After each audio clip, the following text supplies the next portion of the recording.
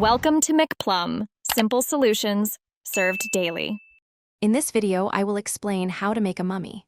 First, the embalmers carefully remove the internal organs, except for the heart, which was believed to be the center of intelligence and emotion.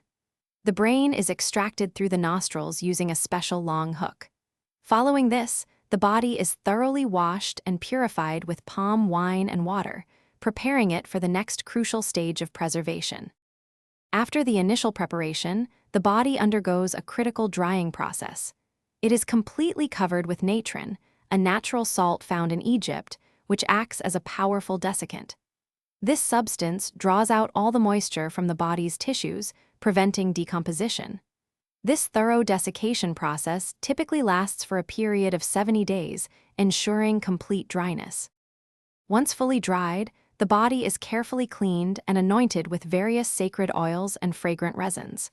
Following this, the meticulous wrapping process begins.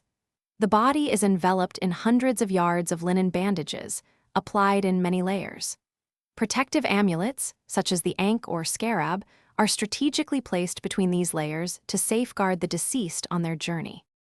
The final stages involve placing a custom-made death mask over the mummy's head, often intricately decorated to resemble the deceased. The mummy is then carefully placed into a series of nested coffins, each more elaborate than the last. These coffins are then interred within a grand, decorated tomb, completing the elaborate and sacred process of mummification. Thanks for watching. Stay juicy and subscribe.